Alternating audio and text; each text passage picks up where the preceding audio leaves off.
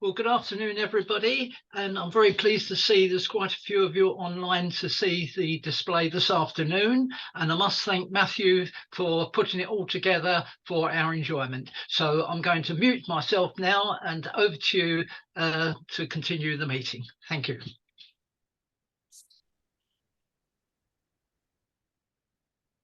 All right, hello everyone. Thank you for joining us. And my name is Matthew Healey. I was born in Britain, but I live in New York. My mother was British. So I've always had a fondness for things British, and it's a real honor to be here today. I joined the GBPS about, I don't know, 6-7 years ago, and I started collecting national health and unemployment insurance stamps a little while later. I came down with the flu one week, and I was sitting in bed and browsing on eBay, and I found a few of them, and I thought, well, they're very pretty. I don't know anything about them. And so I bid on them, and I won them. And then when they arrived, I was amazed not only how beautiful they were, but how tiny they were. They are very small. They're smaller than a regular postage stamp. And the more I got into them, the more I started exploring them. See if I can hit play on this. Come on, you. There we go. Can everybody see it? Okay. The more I started exploring them and the more I looked at, the more questions I had and the more confused I got. The first ones were issued before the First World War. Some of them are very common. That big 7-penny pink one you see at the top is very easy to find. And some of them are virtually impossible to find. The ones that paid a basic rate for insurance for a working man or woman are plentiful and have survived in big quantities. Some of the more obscure ones almost don't exist outside of archives or with specimen overprints. I've been collecting these fairly intensively for about 5 or 6 years now, and there are many, many, many that I do not have and have never seen. I know they exist because we've seen them in archives, but I have no idea if I'll ever see them. And other people who've collected them have said the same thing. The way they were used, they were often destroyed after they had sat on a card for a little while. They were not supposed to end up in the hands of the public. They were supposed to end up in the ministry or in the health office or unemployment office, and then be destroyed. So it was only in exceptional cases that they ended up in private hands. And I suspect most of the survivors today survived because whoever had them passed away. And the cards were left in their effects and eventually found. Salvaging a used stamp from a card was a felony offense because they were afraid people would reuse it. Some of them were very high face values, so they were guarded quite scrupulously. Unused ones were returned to the post office. And at the time they were issued, really nobody collected them as philatelists. So that's why many of them have an extremely low survival rate. I love them because I think they're not only beautiful, they're important. They're a key part of social history in the UK, especially the founding of the NHS and the modern welfare state. They're a real challenge. There's a lot of original research that still needs to be done. Things like paper types and watermarks are still largely undocumented. There are 2 catalogs that list them. Both are incomplete, and there's a lot of confusion and a lot of gaps in the listings. Graham Booth's encyclopedic catalog, which many of you have seen, it's this big loose leaf thing. And then, of course, John Barefoot's more accessible catalog of United Kingdom revenues, which draws largely from Booth. But they're both problematic in terms of being a reliable reference. So what I was able to do, thanks to Paul Ramsey and Barry Chinchin, and Barry's joined us today, which I'm very pleased about, I was able to eventually dig up some original sources that gave us information about the rates and how they were used and when they were used. But there's still more to be found out. A little historical background. The National Insurance Acts of 1911 were the brainchild of David Lloyd George, who was later Prime Minister, but at this time he was Chancellor of the Exchequer. He went on a fact-finding trip to Germany, where they'd been doing something like this since the 1880s. Here's an example of a German health insurance card from 1901. They liked the idea of a government-run system. The slogan that Lloyd George used to sell it to the public was 9 pence for 4 pence. In other words, a worker would pay 4 pence a week, their employer would kick in another 3 pence, and then Parliament would allocate 2 pence, and that would add up to a 9 penny insurance contribution overall. And then if the worker fell ill, they would get a medical benefit. And that, in a nutshell, was the origin of today's NHS. There was a parallel scheme for unemployment, which had different calculus, but essentially, if you were then out of work, you would get a benefit from the government. So the National Insurance Acts were in two parts. Part one was the health, and part two was unemployment. It came into effect on the 15th of July, 1912. David Lloyd George was liberal. They were doing very well politically during the Edwardian period, and so he had the political strength to push this through. The Conservative Party was against it, and the doctors and most of the medical profession were against it, but the workers loved it, and that's how it got through. People immediately started to make fun of it. These postcards, which are kind of the social media of 1911, are fairly easy to find. There were many of them. Some of them are hilarious. There were several series from different publishers. All of these were sent through the post. All of these have stamps and messages on the back. I love this one, the maid asking the lady of the house if she's supposed to stick the stamps on herself. There's a biblical parody, the Chronicle of the Health Insurance stamp on the middle postcard here, where they ask the rhetorical question, "Are thy servants dogs that they should lick the juice of the gum tree? We want not this rare and refreshing fruit." I think it's quite funny. And then, of course, the Cupid doll licking the 6 penny stamp with the caption, "Everybody's doing it." What's fascinating to me as I learn more about these was the number of ways they intersect with postage stamps. They were designed by the same designers and printed in the same places as postage stamps. They were sold in post offices, obviously, in formats just like postage stamps. The initial printings of the health insurance series were on the Royal Cipher watermark, which was later used for postage. That multiple GVR crown watermark actually made its first appearance on health insurance stamps. They had a supply of it on hand. The special paper for the national health stamps wasn't ready yet. So in 1912, they did initial printings on the postage paper. Because they were distributed through post offices, occasionally they got used on the mail, and we have examples of that. In 1922, they were overprinted for Ireland in exactly the same way as postage stamps. In fact, it was the same two types of wording that we see on postage. Later on, I think in the 1930s, meters were used the same way they were used to frank letters. You can find examples of the cards, instead of having adhesive stamps on them, they got meter imprints. And lastly, and most interesting, because it led to changes in the design and printing, they were subject to forgery, not to defraud collectors, but to defraud the government. And there are lots of examples. Well, not lots of examples. There's a couple of examples of that. So let's start with the design. George Eve was given the brief. He had a very short timeline, he had about 6 months to come up with a design. They were the king signed the act in December of 1911, and it was supposed to be rolled out in July the following summer. They had to decide everything from scratch: the size, the shape, what it was going to look like.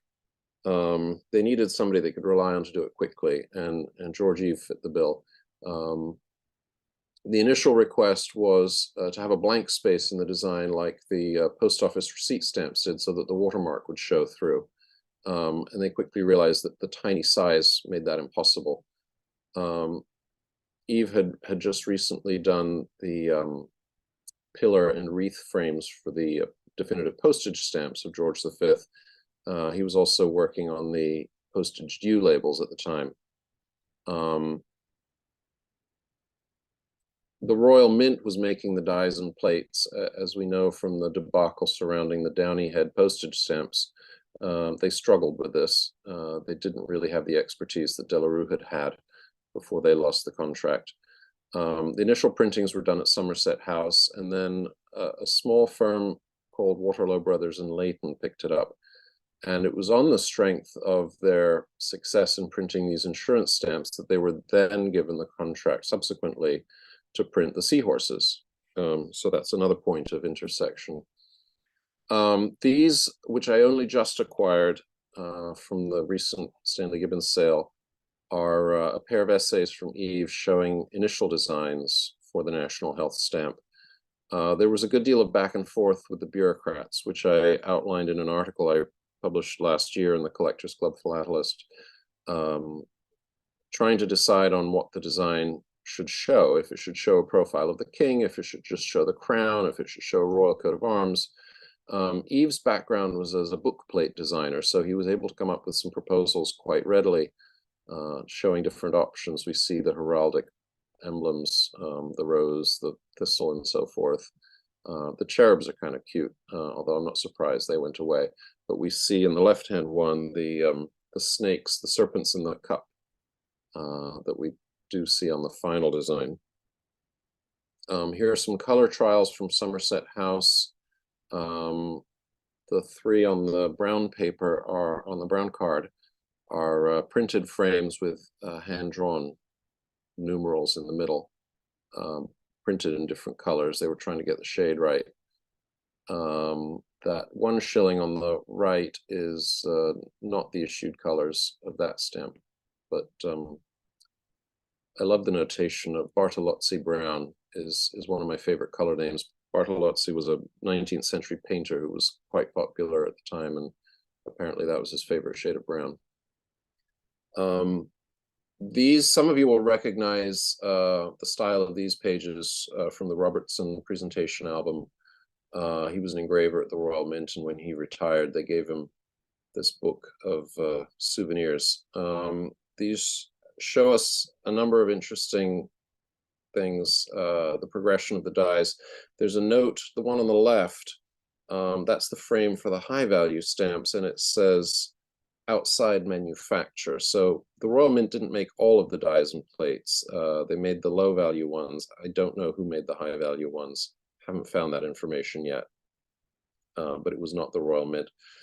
So one of the key things that Paul Ramsey discovered as we were doing our research was an archive at Kew, where somebody had gone and very, very, very rigorously listed every single health stamp from 1912 to 1948 and unemployment stamps, and shown not only the rates that they were needed for, but also comments on the watermark, the type of paper, and which archives sample stamps were included in, where you could find a specimen. And as we were chatting before with Barry, for example, you can see in the middle here, one of the rates that 7-penny purple stamp paid was for male mercantile marine employed in the Irish Free State registered ships or permanent address in Northern Ireland and not in the Seamen's National Insurance Society. So the rates got very specific and very narrow. I'm not sure anybody could find examples of all of these the way they were used.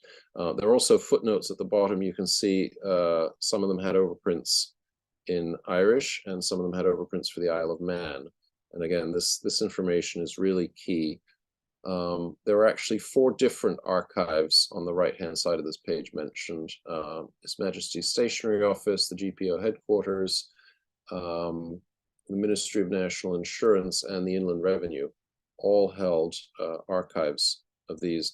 And you can see in the middle column, it gives the multiples that these high-value stamps represented. In other words, a 6 shilling and 8 pence stamp could be used to pay 4 times the 1 and 8 rate, or it could be used to pay 8 times the 10 penny rate. And I'll show examples in a minute of how we get to those.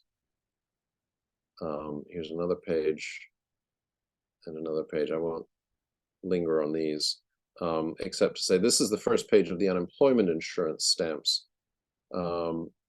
As with many revenues, the low values are the hard ones to find. The 1 penny is almost impossible in both of these series. It only existed for a very brief period, and it paid a very obscure makeup rate or rate for a very narrow category of, in this case, boys and girls under 18 who were exempt, or a man or woman employed for not more than 1 day. So good luck finding one. Anyway, the first series low values, as I said, 7 pence was the basic rate for a man, 6 pence for a woman. In Ireland, the rates were lower. It was only 5.5 pence a week for a man and 4.5 pence a week for a woman. The colors were similar, so it was easy to keep track of. The rates were lower in Ireland because the benefits were fewer. The medical services just weren't as established there. So you weren't going to get as much back, and therefore you paid less in. The ones in the middle of the screen here are quite common. The other ones over on the right can be hard to find. Although the only stamp of this initial series that's really impossible is that 4 penny orange and blue at the bottom. I've never seen anything but a specimen of that, and I suspect it was only a color trial. These were the initial high values. Now, in the Barefoot catalog, for example, these are conflated with the subsequent high values. When we get to those, I'll show you what the difference was. But these, as you can see from the enlarged one in the middle, have a floral background to the value tablet. That is actually a used stamp, 6 shillings and 6 pence now. These represented quarterly payments, so 13 weeks. So that was the 6 penny rate that we saw on the previous page, times 13. If you multiplied 4.5 or 5.5 by 13, you get odd amounts like 5 shillings 11 pence halfpenny or 4 shillings 10 pence halfpenny, and that explains how they got to some of these very peculiar amounts. They did begin overprinting some of them with the words 13 contributions at whatever the rate was, just to make it easier for people to understand. You see that in the 3rd row. In the 4th row, you see some odd-looking stamps with large, ugly typeset numerals in slightly different amounts. The program had started on the 15th of July, and at some point, somebody pointed out that it was awfully inconvenient to have your quarters or your half-yearly periods beginning on the 15th of the month. So they reset it to the 1st, but in doing so, they lost a week. They had, in 1914, they had a 12-week quarter, and of course, all the 13-week stamps couldn't be used because they would have required people overpaying, which nobody wanted to do. So they did a provisional issue of 12 times multiples, which you see at the bottom there. And those, again, are very hard to find. They were essentially only in use for 1 week. And I've only seen them as specimens. The unemployment insurance were not designed by George Eve. They were designed by Henry Wilson, who was a jewelry designer. The Victoria and Albert Museum has an archive of his work, mostly beautiful sketches for jewelry. But buried in there is this cute little die proof of the 5 penny unemployment insurance stamp in a tiny little frame, and it's part of a bequest from his daughter when he passed away in 1955. I don't think Henry Wilson ever designed another stamp after this one. It wasn't very successful. The design is much too busy, and there's no room for bigger denominations.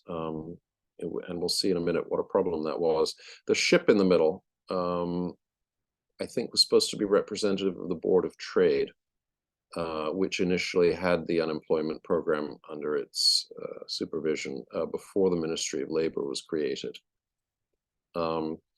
But these were prepared, these are die proofs from the stamping department at Somerset House on watermarked paper, and these three colors were the three colors used for the initial series. There were only 3 denominations for unemployment insurance, unlike the health stamps, which there were actually more health insurance stamps than there were postage stamps at the post office in terms of the range of the series. But there were only 3 unemployment stamps. And here they are, 2p, 4p, and 5p. It's strange now, but when this began in 1912, nobody foresaw the kind of upheaval in the labor market that would happen as a result of the Great War and the 1920s and 30s. They thought this would be very simple and stable. The actuaries said, yeah, you can just charge a flat rate and it will never have to change. Well, in hindsight, that was quite foolish, of course. They quickly added some other values, and as you can see on the right, they had a dedicated watermark for these stamps, which has the letters UI, and that was ready in time. They quickly discovered that they needed additional values and that the design of the stamp was useless, so they blanked out those little shields with the denomination and then printed them in a different color and overprinted the values on top of them. There was a series, the second row, the J1 through 6 were for juveniles, I believe. And then somebody said, well, what if you only work a part week? You know, what if I'm a casual laborer and I only worked 4 days last week? I shouldn't have to pay insurance for the whole week, surely. So they had a set of stamps for just a few days. Although, oddly, there's a 7-day stamp in there too, so I'm not sure how that was needed. The only ones from this slide that are ever found, in my experience, are the last half dozen, which you do see from time to time. The 4 basic rates in the bottom row, girl, boy, woman, man, show up fairly frequently, and the ones above it too. Other than that, the first 4 rows, very seldom seen.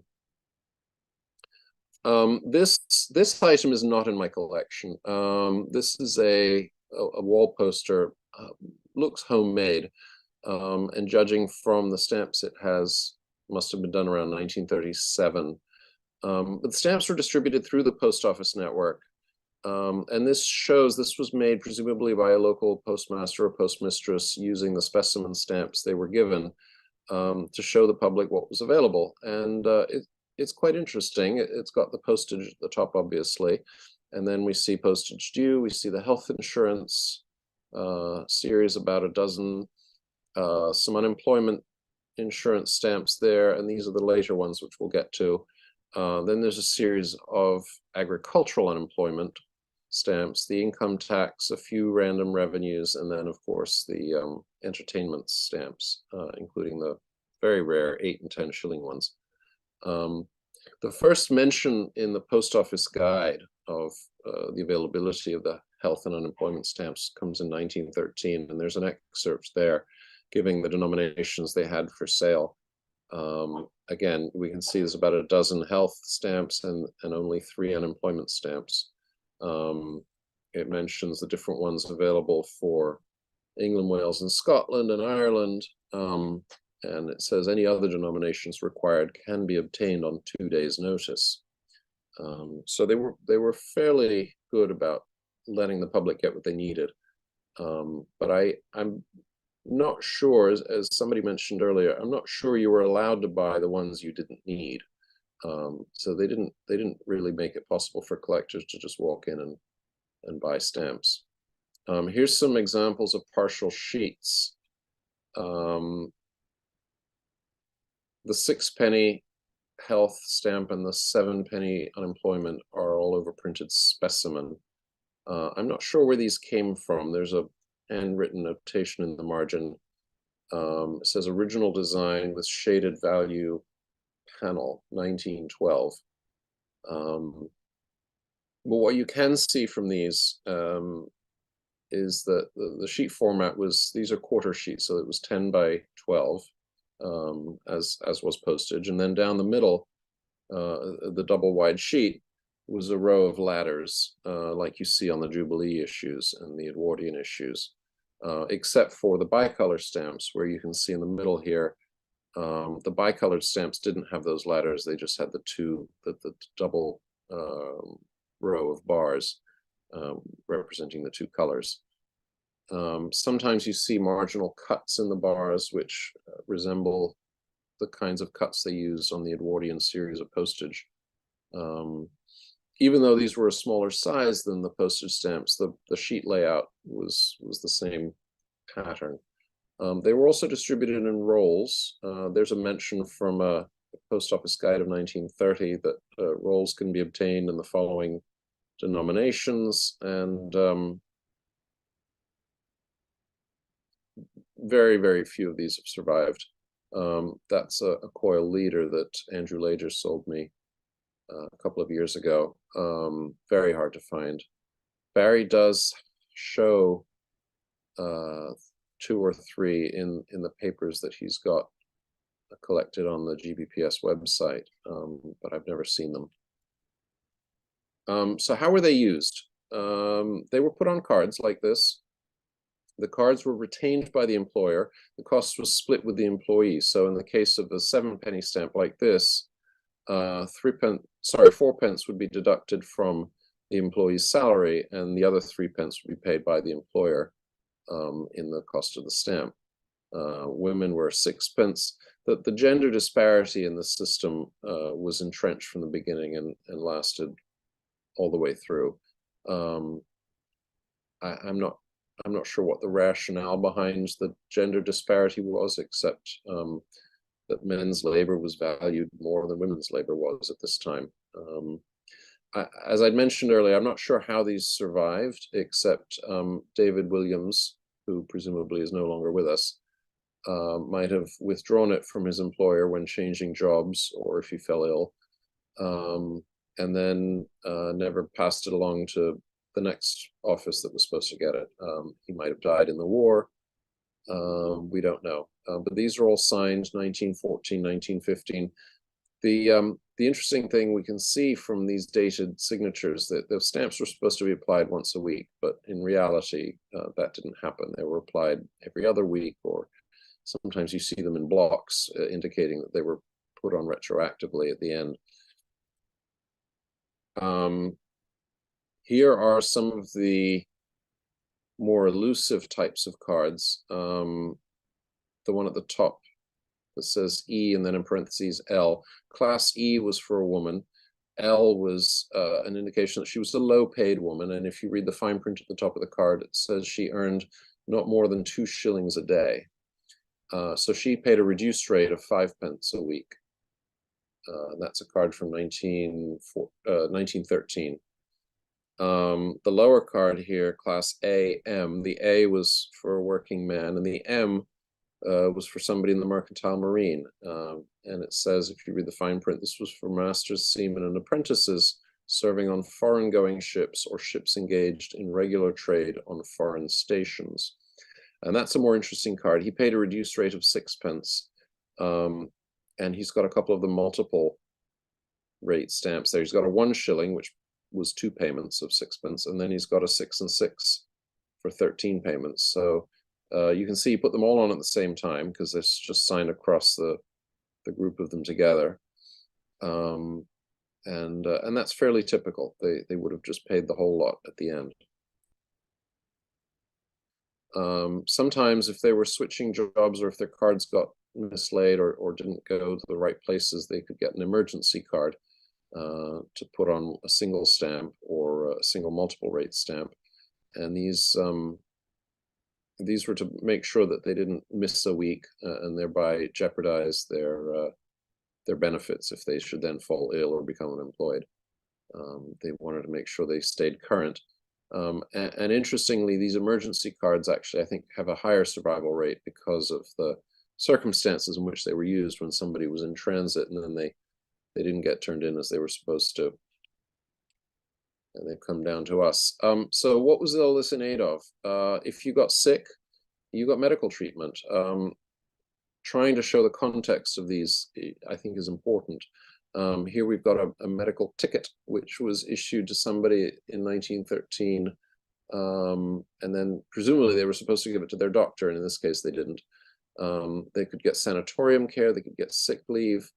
The idea was that every employee would sign up with a what was called an approved society, which was essentially like a local cooperative, which would manage the benefits and handle all of the administrative work. The approved societies were abolished in 1948 when the system changed over to national insurance. But you find a lot of these pamphlets and brochures from these different benefit societies explaining how it worked, and some of them are very quaint and charming. I like the Hearts of Oak. Here's a couple of examples of unemployment cards. Similar concept to the health insurance, but the card layouts are different. The upper one is fairly typical for men. It's the 5-penny turquoise stamps. The lower one for a girl under 18, I think, paid 6 pence halfpenny. And if you look closely, you can see this card was originally printed to indicate that the rate was 4.5 pence a week, of which the employer would pay 2.5 and the girl would pay 2. But that was revised upwards to 6.5.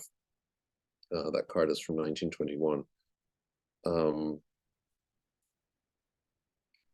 These were usually, the unemployment books were longer. They were valid not for 6 months or a year, but for 2 years or more.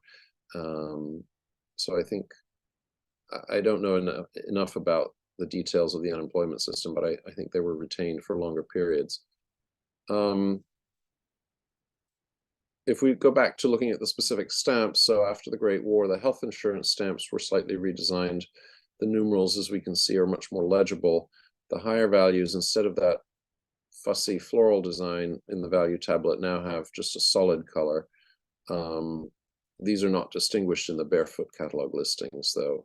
This was something we had to figure out. This is a fairly brief series, only less than a dozen low values. These were printed by Waterlow and Sons. Sorry, Waterlow Brothers and Leighton. We'll come to that. Waterlow and Sons in a minute. The unemployment stamps, they finally redesigned them with big white numerals on a colored background, or for the high values on a shaded background. There were many of these high value stamps. That is the only one that I owned, so I'm only showing that one. But the 1 and 3, which was the basic rate, you can see came in a whole range of shades of blue. And sometimes I've got a couple of cards where the different shades are mixed up. I think the printings were just, they had trouble keeping the color consistent. It's an area that could be gotten into in more depth. In 1922, Ireland obviously left the United Kingdom, and we see the health insurance and the unemployment insurance stamps overprinted for that, with the 2 different types of wording that you see on postage. There was an article about these in the London Philatelist a few months ago. These are the only ones I've got. There was a longer set, but outside of these basic rates, the other values are extremely rare, and I've never seen them. In 1924, the contract passed to Waterlow and Sons, which was not the same as Waterlow Brothers and Leighton, as many of you know. This contract, I think Mike Jackson gave this to Paul Ramsey when he was researching the stamp rolls. It has a lot of very interesting information on it. This is not in my collection, but this is an archival document.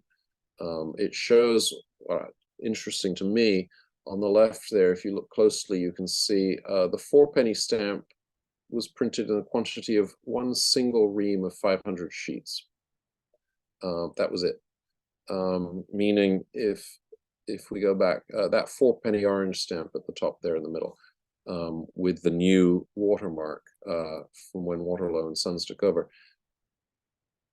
that's twice as rare as a penny black plate 11. I mean, they made 900 sheets of those.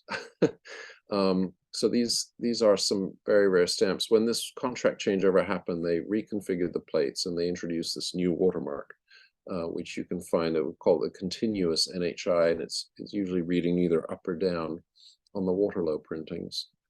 In 1925, they passed the Widows, Orphans, and Old Age Pensioners Act, so they had to change the wording of the stamps from national health to health and pensions. So we have a new series. At this time, they expanded the rates and added some more, and they also made the high values the same design as the low values. Just as you can see here, for the most part, the low values were monochrome and the high values were two colors. It's getting very colorful at this stage. This is, I think, the full set of 1925 with the scalloped background behind the crown. But as you can see, the high values are all specimens. I've never seen these mint or used. In 1928, they redesigned the stamp, and I pointed out some of the differences.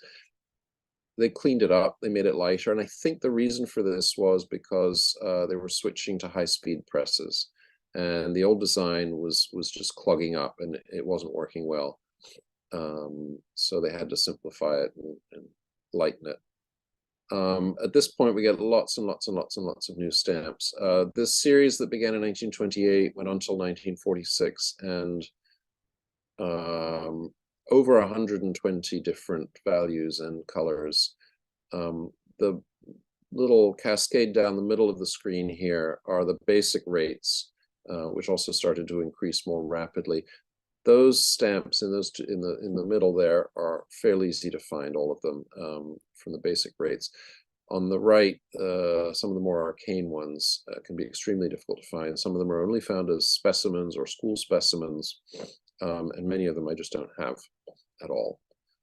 So I'm showing about a third of them here. We have some war-related occupation rates coming in at this time.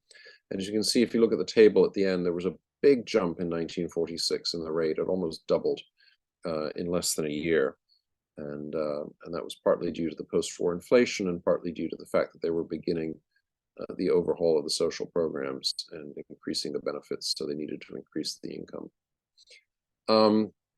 One of the things we discovered at Kew was this lovely archive, which actually has specimens. Some of these multiple rate stamps, which I didn't show on the previous screen because I don't have them, go to very high denominations. The last one there down in the bottom right corner, I don't know if you can see it, is 52 shillings. And that's over £2.5. I mean, that was a huge stamp. Far more money than was ever on a postage stamp at that time.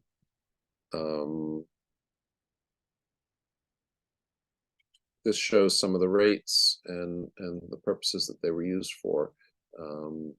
This goes on, and it's a wonderful archive.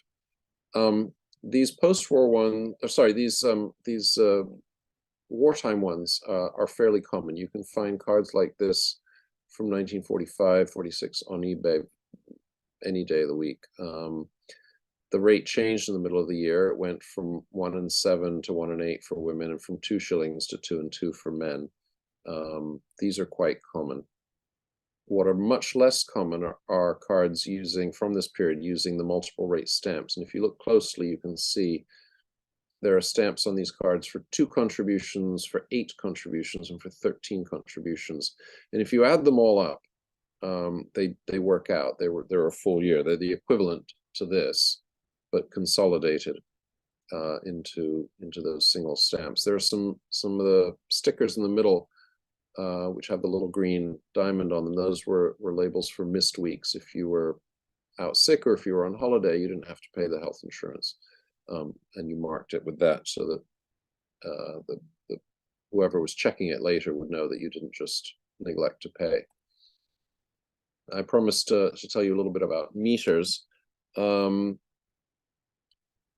Roneo Neopost was the company that made the postage meters, and this specimen sheet shows the imprints from a variety of countries, not just British colonies, but some foreign countries too. Ethiopia's in there, and a few others. But they also did insurance, health and unemployment insurance meters. And there on the right, we see an example of a card that matches the rate period we see here, the 1 and 7 in green and the 1 and 8 in purple, but paid with this meter imprint. Now, how did they make sure people weren't just using a rubber stamp and faking it? There's actually an embossing element in the die, that sort of donut with the 4 buds on it in the middle is embossed. And if you were to take this card and hold it up to the light, you could see those impressions. At the bottom, interestingly, they switched back to adhesives, I think because he must have, the owner of this card must have switched jobs and gone back to a firm that didn't have the meter. In 1934, the printing passed to His Majesty's Stationery Office. The same watermark was kept, but instead of reading vertically up or down, it now reads upright. And there are some differences in the print quality. The gum is different. Otherwise, I find it difficult to tell them apart. Unemployment stamps were redesigned again at this time. Instead of the white numerals on the colored circle, you've got colored numerals on the white circle. These high values I've only got as specimens. The only one I've ever seen otherwise is the 1 and 8 that you see there in the second row. And then at lower left here, this 12-shilling stamp, they introduced this long format in the 1930s. Extremely rare. That's the only one I've ever seen. It's a 12-shilling stamp. It's quite beautiful. It's a little bit mutilated with punch cancels, but I would love to find more. I've just never seen them. The unemployment cards at this time are used pretty much the same way as before. The partly filled cards, I think, are fairly typical, and the reason that they've come down to us is because they were withdrawn by their holder, by the employee, and then never sent in as they should have been. The filled ones are the interesting ones because I'm not sure how they escaped destruction. Isle of Man overprints, again, very scarce. These are the only ones I've ever seen. These I've never seen specimens of. I've only seen used, or I think one of those is mint. But Barry Chinchin in his papers, which are on the GBPS website, shows all of them. He was able to find their complete archive. They kept them very nicely, and he was able to reproduce them. And so we can look at them all virtually on the GBPS website, but good luck finding them in real life. In 1936, they expanded the unemployment scheme to include agricultural workers who had previously been left out. And in 1937, they came out with this very modern-looking design with the triangle. The triangle design was dictated by the bureaucrats. I think they wanted the watermark to show through in the corners. For the longest time, I couldn't figure out who had designed this series. I thought it might have been Eric Gill, because I think that's his Gill Sans font across the bottom there. Then Paul Ramsey discovered the answer. Don't know if any of you want to guess, but it turns out it was Edmond Dulac, who was well known to us as a designer of British and French postage stamps. He also designed this series of agriculture stamps. It's not a great design because the numerals, as you can see, they had trouble fitting them in the triangle. The 7 is much shorter than the 4, for example, but it's interesting, and it's part of his overall work that I don't think we knew about previously. But Paul Ramsey discovered a Royal Mint annual report from the 1930s that mentions that he was the designer. Used on the mails, here are some examples going all the way back to 1912. So this was a problem from the get-go. I suspect because of the color and the fact that they were sold on at post offices, people assumed that they could be used on mail, didn't read the regulations. There's an example at the top of one that went to Italy and was charged postage due. There's an official letter to the Board of Trade, no less, bearing a health stamp. And then there's a parcel front sent to Australia with a 1 shilling and 8 penny unemployment stamp. The post office initially just let these go if they were domestic letters or to the colonies. And then later on, as Maurice Buxton recently discovered and wrote about, they actually instituted a policy of adding the postage stamps to the letter before it left the country. So to begin with, you can see at the top the 1 and 3 stamp was sent along, but it was taxed on receipt. It was not sent by airmail. And then the recipient in Egypt had to pay postage due. The lower stamp, they've added 1 and 3 in postage, sorry, the lower cover. And there are numerous examples of this in Morris's article from my collection and from others. So apparently it was an official policy that went on for quite some time. I don't know why they didn't issue a postage stamp for 1 and 3, but that's for somebody else to figure out. Forgeries. The top stamp is genuine, excuse me. The bottom stamp is fake, and we can tell it's fake because, first of all, the print quality is pretty poor, which you can see especially in the shading around the GR initials at the top corners. The crown is very crudely drawn, and the perforations are wrong. It's the wrong gauge. The color's not right. The Royal Mint, in their annual report, is very frank about this happening, and acknowledged that they were no longer going to make the plates and dies for letterpress stamps, that it was going to be passed along to the stationery office to be printed in photogravure. In 1942, in the middle of the war, we have the Beveridge Report, which I don't know if everybody here has heard of it, but it was an in-depth series of white papers on overhauling the social welfare system in Britain, and led to far-reaching reforms, which began during and after the war, and culminated in the end of this series in 1948. These are examples of the photogravure national insurance series that replaced health, pensions, and unemployment in 1948. They rolled everything into one, gave everybody a new national insurance number, and that was the end of that.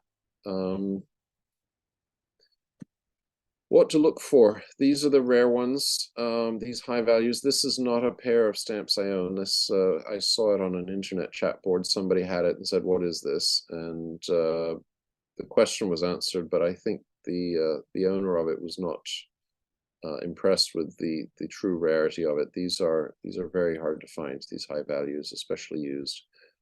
As we saw going back to those cards, a used pair is pretty much the highest, the biggest multiple you can find of these, because they wouldn't have used more than 2 at a time on a card.